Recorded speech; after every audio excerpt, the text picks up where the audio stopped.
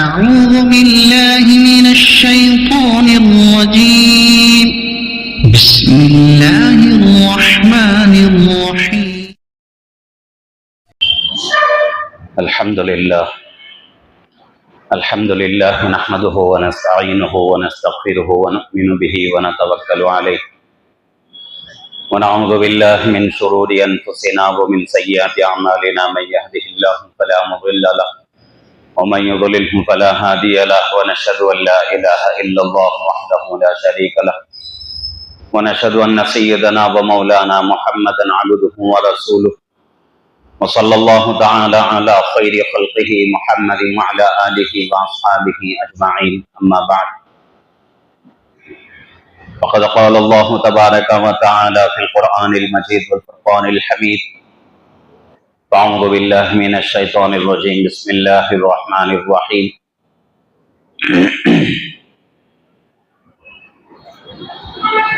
لقد كان لكم في رسول الله أسوة حسنة لمن كان يرجو الله واليوم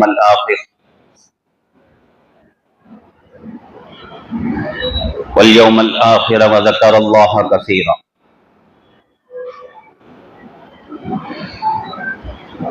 وقال تعالى في مقام آخر: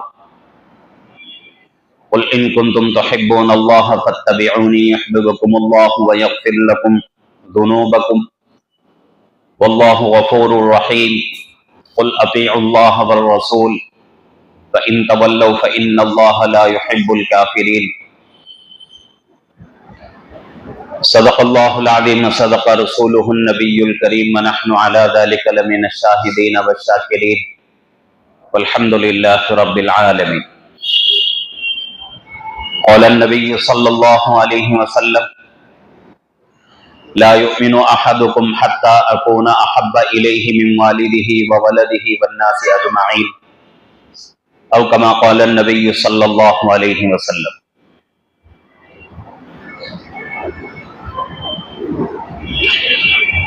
محترم معزز بزرگ اور عزیز دوستو،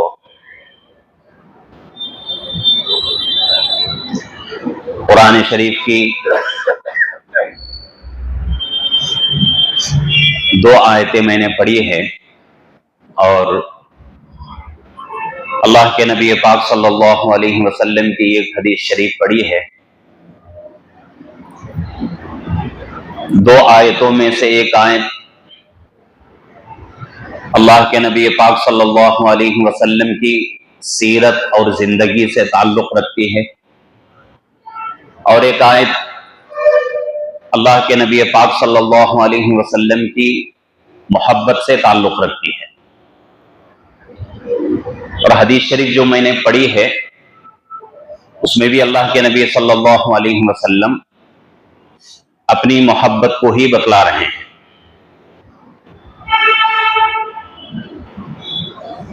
ہم اللہ کے نبی پاک صلی اللہ علیہ وسلم کی امت میں سے ہیں. امتی ہونے کی وجہ سے ہمارے اوپر فرض بنتا ہے کہ ہم اللہ کے نبی کی سیرت کو پہچانیں اور اللہ کے نبی صلی اللہ علیہ وسلم کی زندگی جیسی تھی ویسی زندگی اپنی بنانے کی کوشش کریں اور اللہ کے نبی سے محبت کرنے کی کوشش کریں. اللہ کے نبی سے محبت کے علاوہ ہمارا ایمان مکمل نہیں. اگر ہم اللہ کے نبی سے محبت نہیں کرتے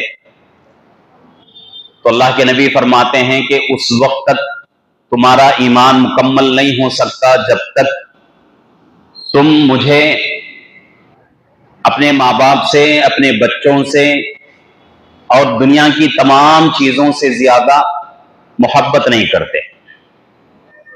تو مطلب یہ ہے کہ اللہ کے نبی سے کیسی محبت ہونا ہے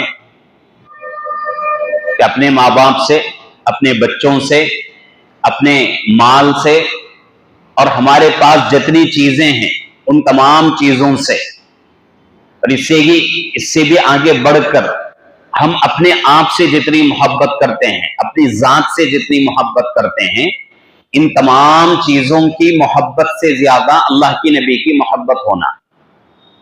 تب جا کے ایمان ہمارا مکمل ہوگا. اگر محبت میں کھوٹ ہے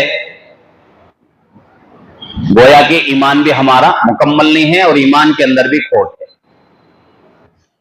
تو ایمان مکمل ہونے کے لیے اللہ کے نبی کی محبت 100% ہونا ضروری ہے.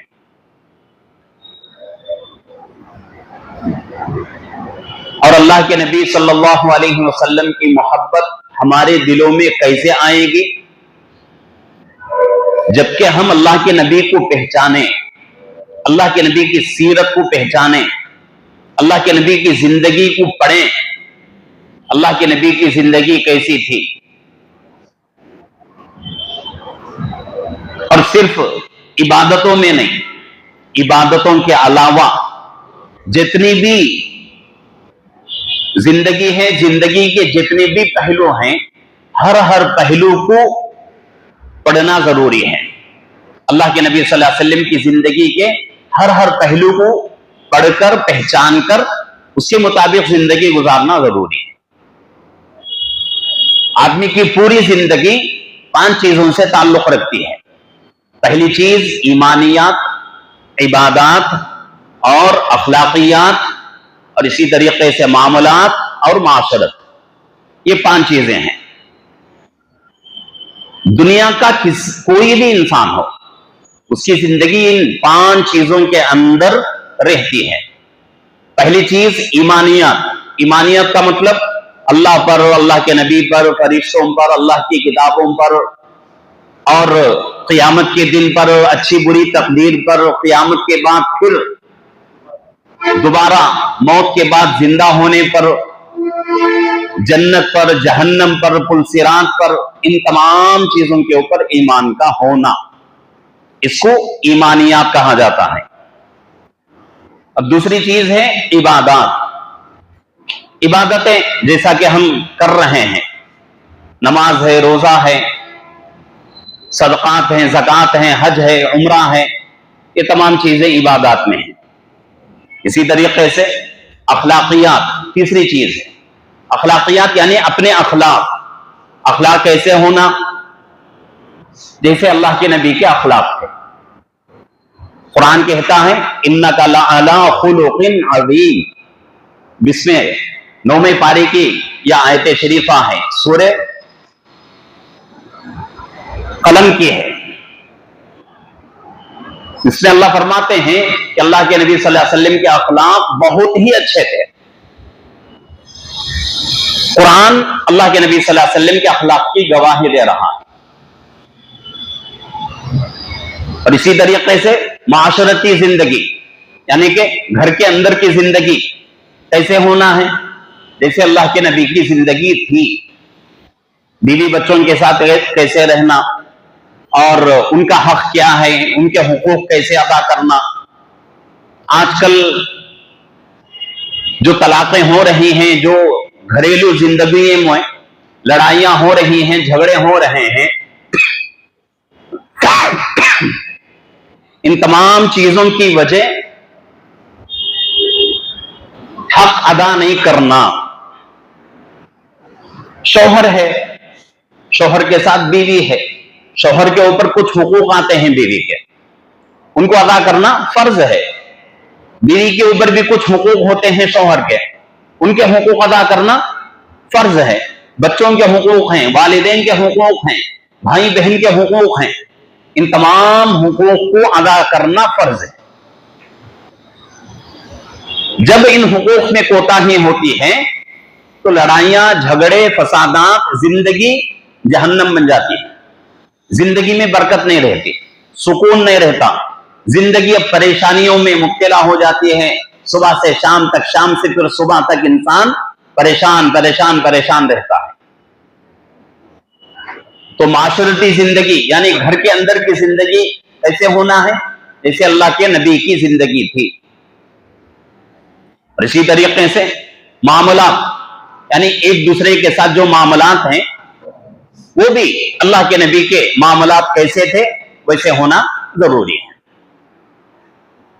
تو جتنی بھی چیزیں ہیں یہ 5 چیزوں کے اندر انسان کی پوری زندگی گھومتی رہتی ہے.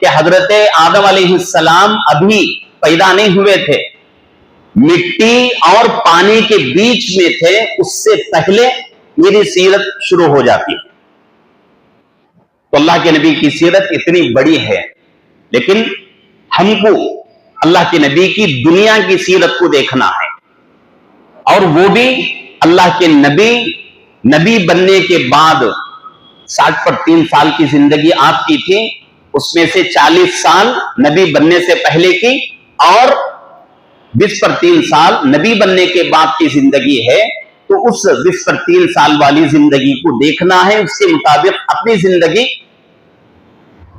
گزارنے کی کوشش کرنا ہے۔ آج کل بہت افسوس کی بات ہے کہ بہت سارے مسلمانوں کو اللہ کے نبی کون ہے معلوم نہیں۔ ابھی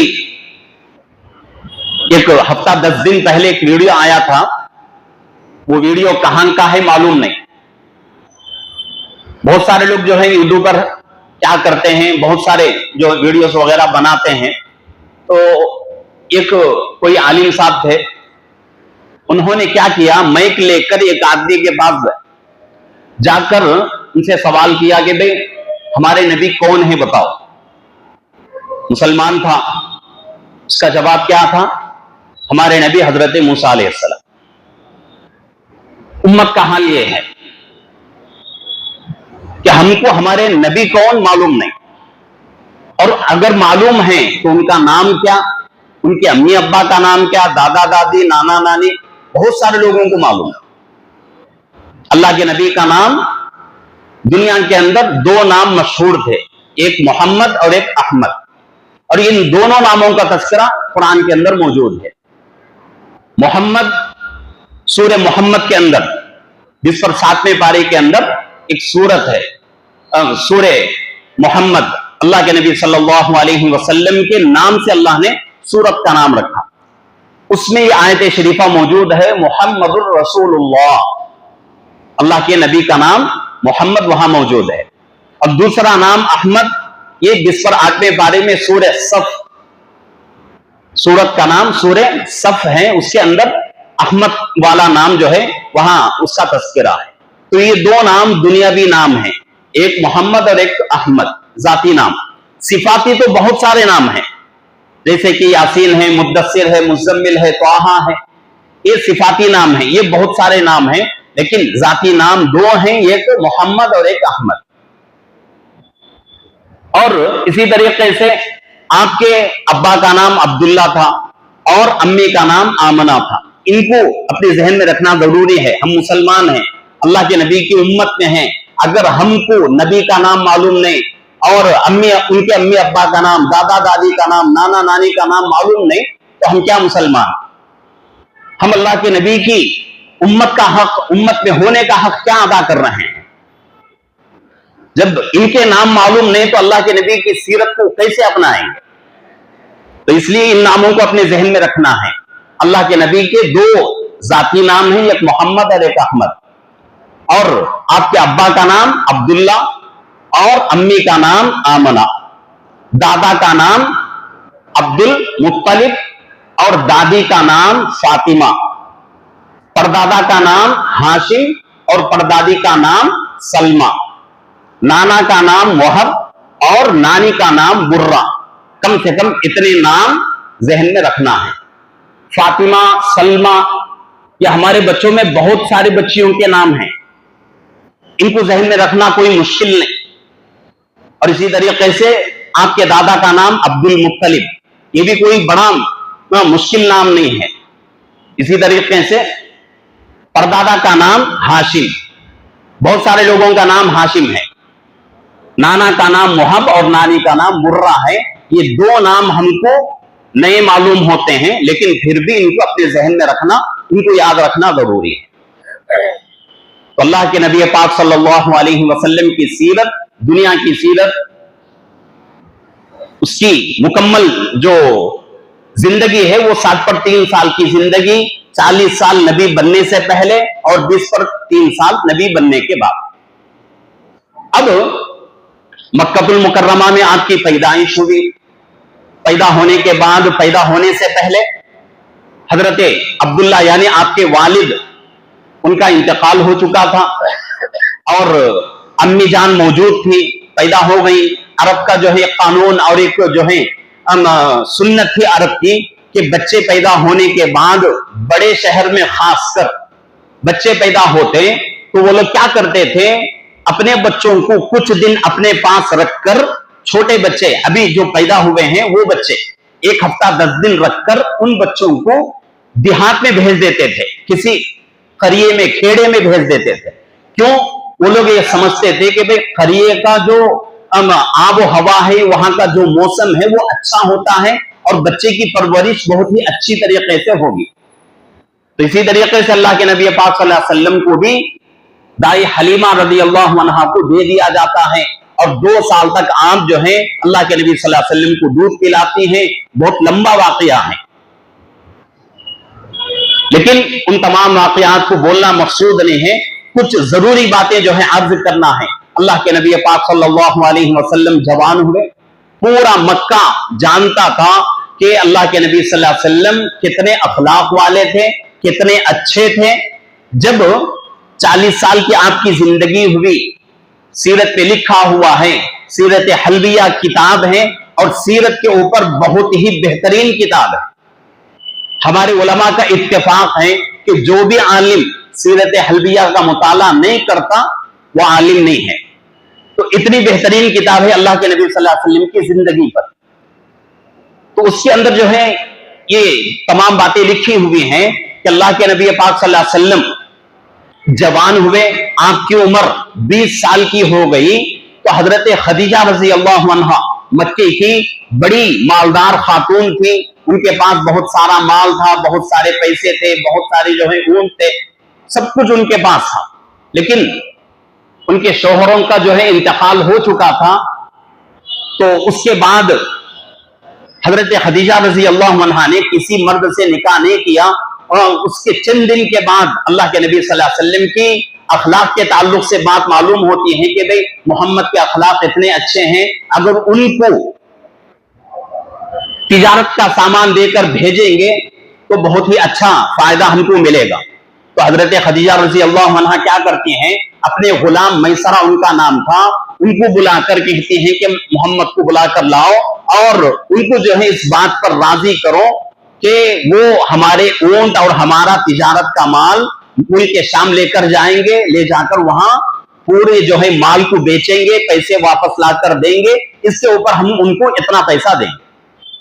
تو اللہ کے نبی صلی اللہ علیہ وسلم کی سیرت میں یہ بات بھی آتی ہے کہ اللہ کے نبی صلی اللہ علیہ وسلم نے تجارت کے مقصد سے شام کا سفر 2 مرتبہ کیا.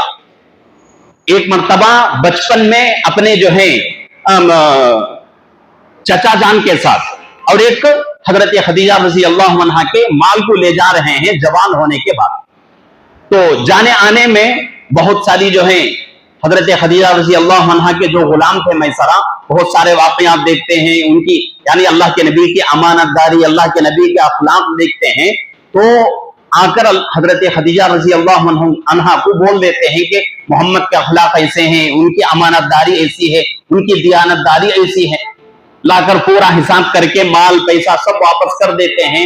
جتنی بات پہلے ہوئی تھی پیسوں کی، اس سے زیادہ حضرت خدیجہ رضی اللہ عنہا اللہ کے نبی صلی اللہ علیہ وسلم کو پیسے دیتی ہیں.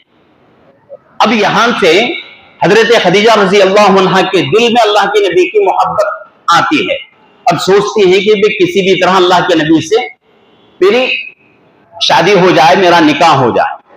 اور اس وقت مکہ المکرمہ میں بڑے بڑے مالدار تھے، بہت سارے لوگ نکاح کا پیغام دے رہے تھے، لیکن حضرت خدیجہ رضی اللہ عنہا نے کسی کے پیغام کو قبول نہیں کیا اور خود سے اللہ کے نبی تک نکاح کا پیغام بھیجا. اس وقت حضرت خدیجہ رضی اللہ عنہا کی عمر کتنی؟ 40 سال. اللہ کے نبی کی عمر کتنی؟ 25 سال. کتنا فرق ہے؟ 15 سال کا مکمل فرق ہے. عام طور سے شادی میں بچے کی عمر زیادہ، بچے کی عمر کم ہوتی ہے. اور شادی کے وصولوں میں حضرت شیخ الحدیث زکریا صاحب رحمۃ اللہ علیہ نے لکھا ہے کہ اگر تم اپنے بچوں کی شادی کرنا چاہتے ہو تو 5 چیزوں کو